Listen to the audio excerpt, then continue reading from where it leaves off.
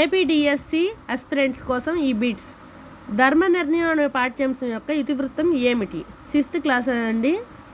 పురాణం, స్థల పురాణం, దర్శనీయ పురాణం, యాత్రా ప్రాముఖ్యత. స్థల పురాణం. ధర్మ నిర్ణయం అనే పాఠంను రచించింది ఎవరు? విశ్వనాథ సత్యనారాయణ. ఆప్షన్స్: కుసుమ ధర్మన, శ్రీనాథుడు, చిలుకూరి దేవపుత్ర, విశ్వనాథ సత్యనారాయణ. విశ్వనాథ సత్యనారాయణ ఆన్సర్. విశ్వనాథ సత్యనారాయణ గారు ఏ రచన నుంచి ధర్మ నిర్ణయం అనే పాఠ్యాంశాన్ని గ్రహించడం జరిగిందండి?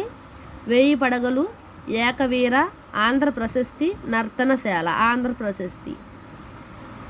ధర్మ నిర్ణయం అనే పాఠానికి ఆధారమైన విశ్వనాథ సత్యనారాయణ గారి కావ్యాలేవి? రామాయణ కల్పవృక్షం, శ్రీ కనకదుర్గ ఆలయ స్థల మహత్యం, తెరచి రాజు, స్వర్గానికి నిచ్చెనలు.